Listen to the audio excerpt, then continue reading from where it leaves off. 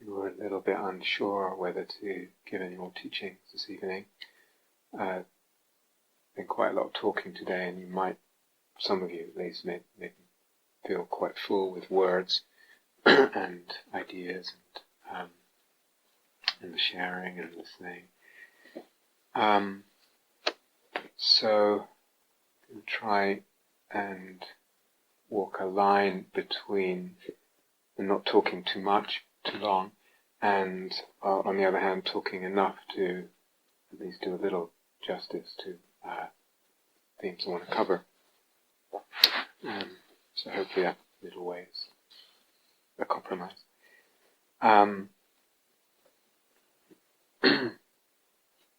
So I'm going to talk about 4 more nodes in a minute, and just a few things, general things before that.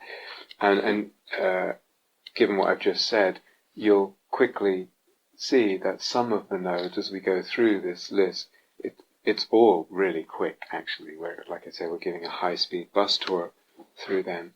But some of them we linger on longer. For instance, today with eternality, humility, reverence, and grace, we spent time exploring that for ourselves in the sharing, etc., in the exercise.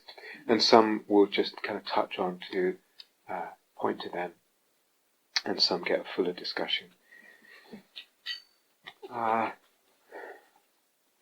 Okay, but before I get to the nodes, let me start with some general things. First thing is actually an announcement that every day from now on this retreat, that is, I wish I would have the power to do this. Do you really? Yes. Wait to hear what I'm going to say. The lounge will be a designated space and time from that period after the morning session in the hall, after the morning teaching in the hall. Approximately 10:50.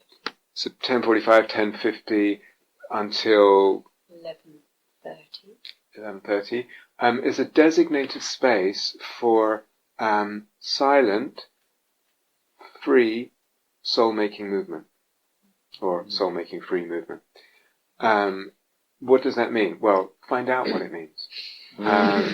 It's create, discover what it means. The question I would put to you is the question I put when I talked about movement the other day. It's like, what does it mean? What is it for this movement that I'm doing right now, or this stillness, or this gesture, or this posture? What is it for that to become soul-making? What does that feel like? What does it look like in this moment? What supports that to be soulful?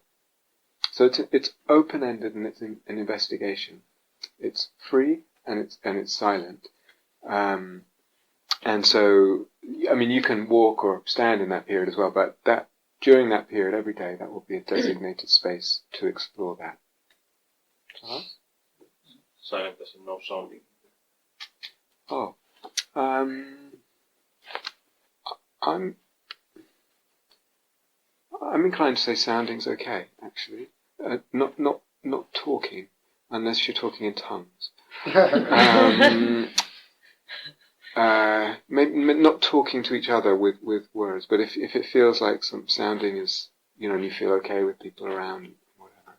So it's how does that sound? I think it's okay. The thought I had was that if you go in there, that's your practice. Yeah. You're not going in there for regarding, watching. Yeah. So this is it's really the soul making. That's the thing. Is this soul making? It's an ongoing exploration. What is it that supports or ignites or nourishes soul making? Generally speaking, and in this moment, and intention has a lot to do with that as we throw that. Okay. Okay. Some general things. I just if it's not clear, and perhaps we didn't re-stress it or emphasize it at the beginning of this retreat, which we did on other retreats. So, but it's worth saying again. Sensing the soul is not something that's going to be happening all the time. It's not and even a possibility of a constancy of experience there. Okay, this is partly related to one of the nodes Catherine talked about this morning, grace. It's something is given to us, or from a certain perspective, something is given to us when we're sensing with soul. There's this inexplicable, unexplained gift. And so it comes and goes. It might not be very dramatic, but in some ways we could say just relative to conventional perception, it's something extraordinary to a certain extent. If it was all the time, it would quickly become ordinary. And it doesn't work that way, and B, we wouldn't want it to become ordinary. So we're not really trying to kind of hang on to some particular experience all the time. It comes and goes. Part of it is gift. That's part of the very sensibility of it. That's why we gave that grace as a node. But what that also means, practically speaking, is that in the day there's a kind of wide palette of practices you can move between, and you can be quite fluid and quite responsive with that. So to try and do imaginal practice all day, I think would be too much. It's not. It would somehow imbalance the being. So you want some of that, and then when is it time to kind of go more into, relative unfabricating, calming, simplifying, gathering, the nurturing energy in the energy body, or just being with one's emotions in a kind of healing way, or metta, or emptiness, or the working with desire, as we've talked, some of you will know we've worked with on other retreats. So there's a necessity to move between different practices, and the possibility of, again, this kind of skillful, responsive, sensitive navigation to when and which. You understand?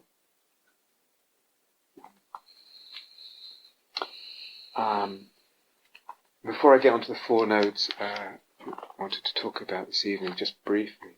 Again, if it's not obvious, there's something about the relationship between these nodes, between these elements and aspects. So there's not a linear relationship there. It's not like first this one and then you get that one, and then we could say there's a sort of commonality of the ones that are maybe more likely to be noticed later or earlier. We could say that, but actually there's no order, and it's not like in any practice, first you do this and then you do that. I mean, we are emphasizing the energy body, but actually any node, the ignition of any node can then ignite any other node. The causality is every which way in this lattice. Yeah? And it also, in terms of the relationship between them, I've said this before, but again it's worth saying. So some of these, you'll have caught this already, some of the nodes are sort of implicit, or this node is really a shade of that node, or a reflection of it, or an aspect of that other node, or it's already implicit in that node. So what would an example be? So for example, when we talked about dimensionality and divinity and beyondness and unfathomability, these they're sort of concepts or senses that kind of dance around each other, weave into each other, for example. Yeah. Other nodes have a kind of almost polarizing. They move in opposite directions between a certain pair, or they're a bit contradictory or almost paradoxical. So, what would be an example of that? Well, actually, in a way, the node of grace that Catherine talked about this morning, and the very idea implicit in the whole idea of the lattice, that you can kind of ignite a node and then it becomes more imaginal. So there's this kind of, to me, important embrace of the receptive and the active, the technique and the mystery of grace. Do you understand? And so that somehow seems really part of the art of this whole practice. It's neither always one or the other, and the balance between the two can be very fluid and dynamic. Yeah? Okie dokie. So, I'm going to speak about the next four nodes on our list, and I'm going to endeavour to be brief. So just kind of a few points and suggestions and articulations. The 15th one is the non-reducibility of what is sensed with soul. So what does that mean? It means that we're in the imaginal constellation, there's a relationship with an image or with a sensing the soul, a sense with soul. There's a relationship with it that the concept and the sense of it is not reducing it. This only is this. It only means X or Y. So, for example, we can reduce things under the kind of rubric and the gaze of scientific materialism. I look at the tree or the rose or the curtains and I just see flat, meaningless, random dance of flat, meaningless matter according to certain physical laws. That's a kind of reductionism. Everything is made of little subatomic particles that move meaninglessly. Do you understand?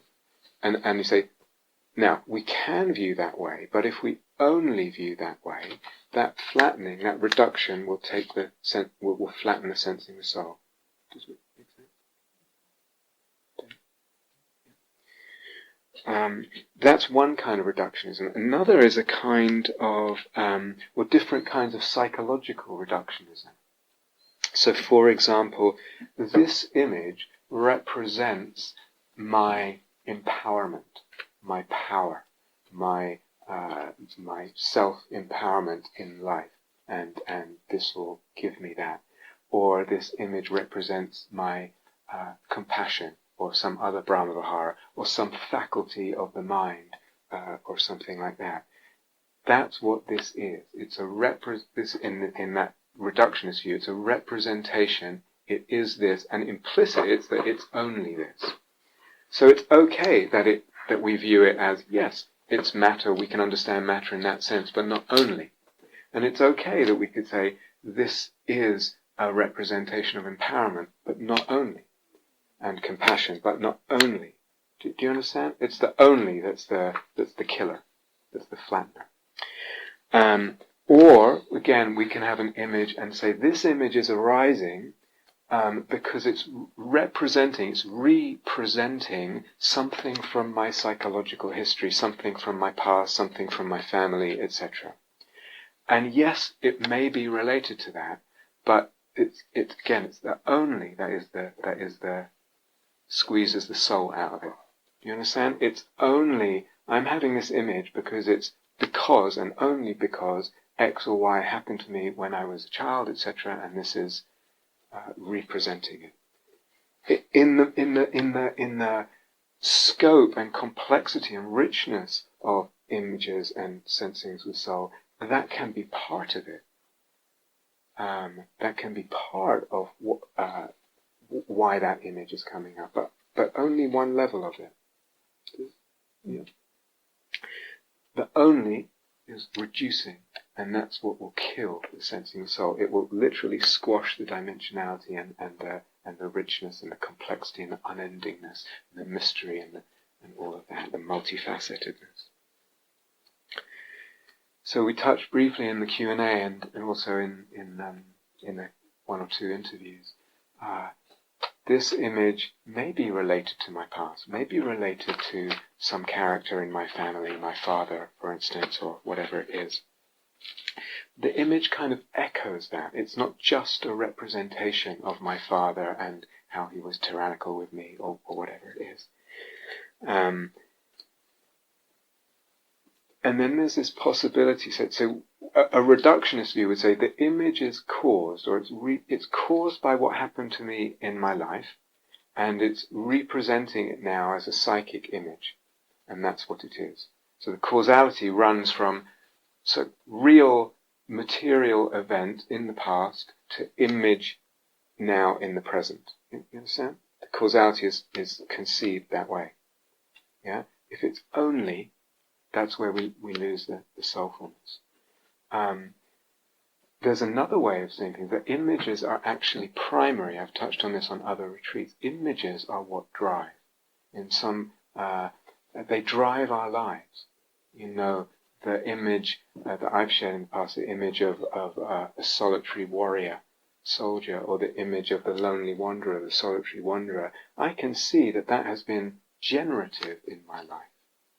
It's like the image comes first, not so much first in time, but it's primary. It gives me my life. It shapes my life. It shapes my perception of things. So that we can conceive the causality going that way. We can conceive the causality going that way instead. Or we can conceive it as coming from a whole other level, as I mentioned briefly in the Q&A. Soul, the mystery of soul, offers me my images and the events of my life. It's another level of possible conception. Does this? Yeah. But that's reductionism will kill. Okay, in one way or another. Related to this, that's the 15th. Related to this is the 16th, what we were calling autonomy. So again, it's like, if I consider this image is a part of me, then it's not autonomous. It's just a part of me. Now, in certain psychological language, I'm projecting this image, and maybe I project it onto a friend or a lover or whatever. I project my mum or dad or whatever. But then the image doesn't have autonomy. It's somehow part of me which is projected as an image. Versus the image is both me and not me. It's something beyond me. It's something, it has its own personhood. Like a person that we know, a flesh and blood person that we know. So again, these nodes, you can notice them. And one of people reporting, it's like, after a while you start to notice, oh, this image has its autonomy. It really feels like another being, if we're talking about. You understand? Or the tree that I am sensing the soul has its personhood, if you like. And so that's another aspect of autonomy. Again, we could have separated and made another node of personhood, but let's say that. So that means, and this is related to Anna's question in one of the Q&As. If, for instance, I'm regarding sensing the body with soul, my body, then it might be that the body, I begin to sense the body as having its own particular kinds of intelligence. Or this tree that I'm sensing with soul, it's part of its personhood. It has soul. It's not just my soul, it has soul. It has a certain kind of intelligence that's maybe very foreign to my kind of intelligence. Certain ways of knowing, sensibilities. This tree, how does a tree know? What's the intelligence? What's the personhood of a tree? Or as Anna would suggest, certain organs in the body. This, again, it's not to start believing this. This will emerge in the fertility of the vortex of the movement of soul making. This is just, I could wait here and wait for people to report this unless the wall is in the way. That I absolutely refuse to entertain such a ridiculous notion.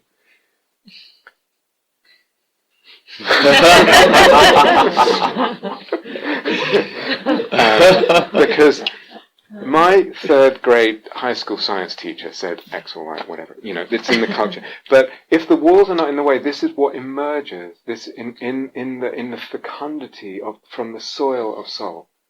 This sense of things.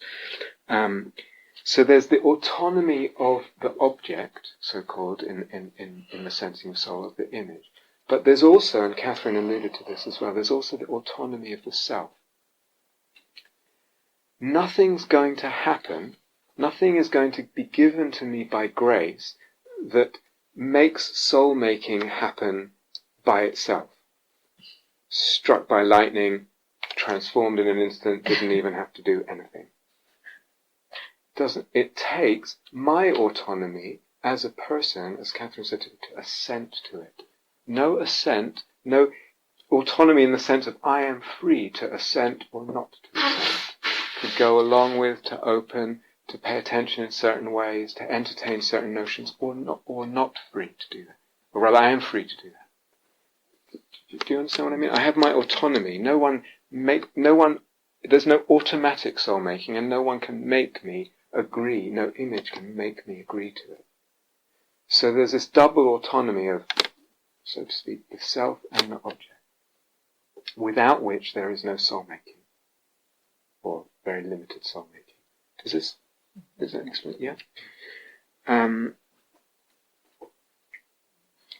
Even if I become an image, so sometimes, as I think Hannah said in the Q&A, sometimes it's more common for a person, or different images at different times for the same person, they don't appear so much as an object, as much as one becomes that image. But still, there's the autonomy of the, let's call it the more regular notion of self, to assent to that opening. You understand?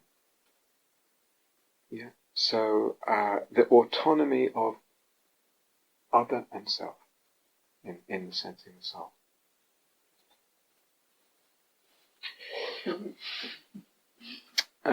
Okay, that's number 16.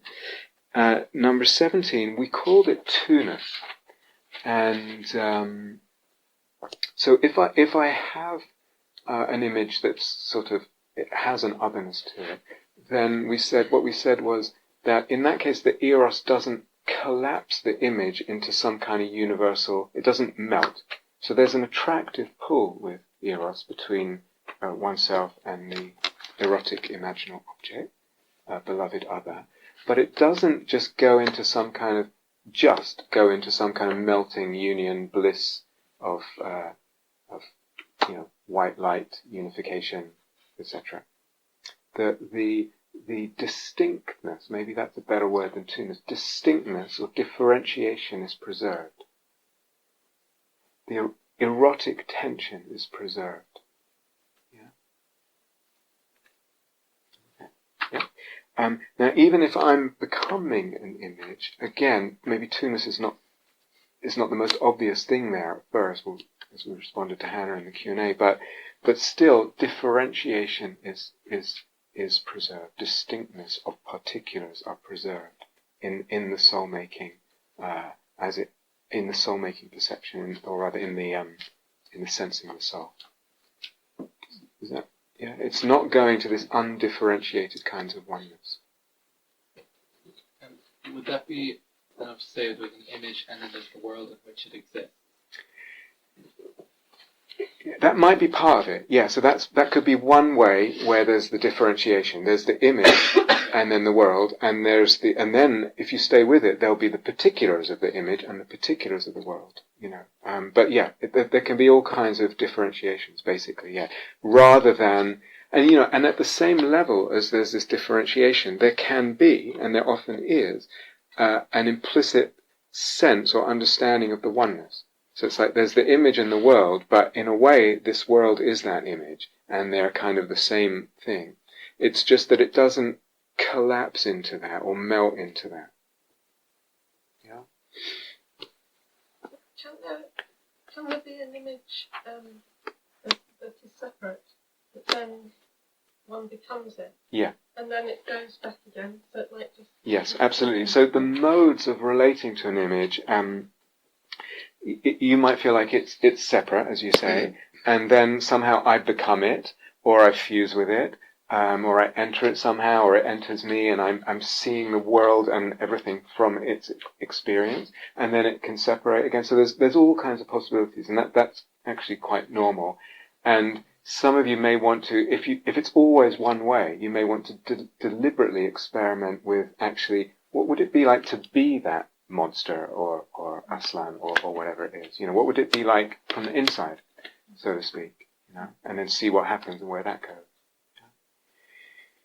Okay, last one. for tonight is the 18th is so two-ness or differentiation or retention of particularities is the 17th, and then the 18th is what we were calling the theatre, the sense of theatre, or the imaginal middle way. So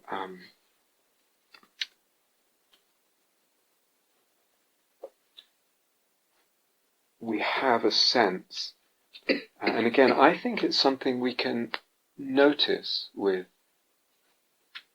images, with imaginal images. Sometimes if someone's working with an image and it's really alive for them, and if you ask them, is it real? Would you say it's real or not real? Or does that question, those categories not kind of not really apply?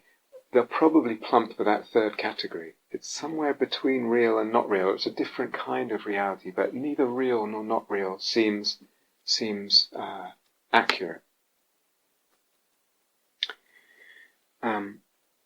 So this is something we can actually notice. If you linger with them, you notice this quality of theatre to it. Sometimes Catherine and I, we're sort of maybe exploring something together with an image or something, and kind of differentiating when the kind of practice or inquiry becomes more of, say, what Catherine's very familiar with, the Ridwan school or diamond approach. And that's one of the differences, is the sense of theatre, the sense of neither real nor not real. It's very particular, and to me it's a very beautiful quality, a very liberating quality, and very potent. So one name could be the imaginal middle way. It's the middle way between real and not real, or this sense of theatre. If you think about theatre, I don't know if you've been to like a really, really good theatre when it's a small theatre, and you sit there and the actors are like as far from, as if I'm in the audience, they're as far from me as you guys are now. So it's really intimate. And you know it's play. Literally, it's a play. It's not real in the conventional sense, and it can be so vulnerable and powerful and transforming. So there's the same, something of that in the imaginal realm. It's this theatre quality. Yeah? And so again, it's like, what is it to recognize artistic truth or poetic truth? It's a different kind of truth, and it has immense power, but it's different than, there's something particular about it. So today in the Q&A, and a couple of people have asked me, well, do I need to do all this emptiness stuff that you're talking about with this, just go really fabricate less, and then you get the unfabricated, and then you see that's empty, and it sounds like, boy, I'm a long way from that.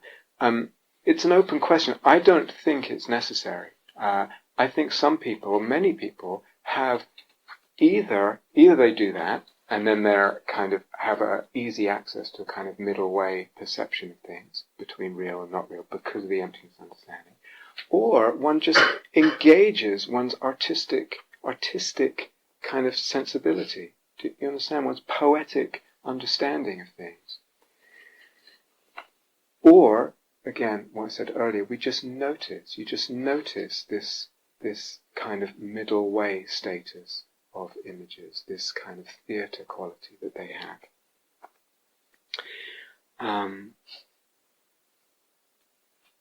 Does it make sense? So, just pick up on one of the notes from today, the eternality. You know, is that real or unreal? This image, I mean, the most obvious thing about images is that they come and go, as I said earlier, and the sensing of soul comes and goes. So, from one perspective, its impermanence is completely obvious. The passage of time and the change in time is completely obvious.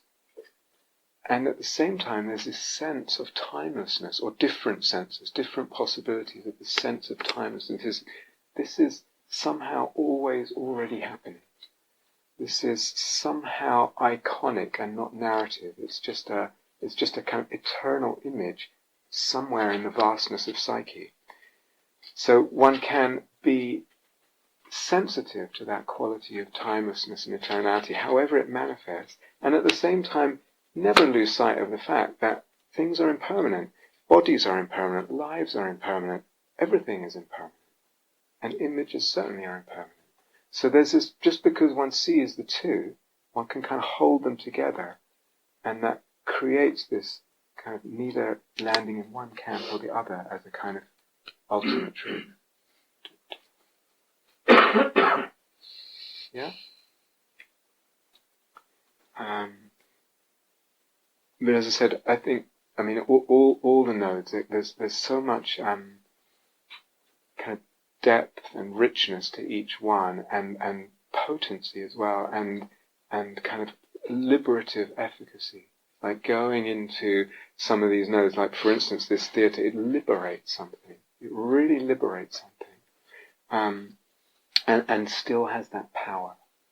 The power of poetry, the power of art, the power of theatre, the power of the middle way.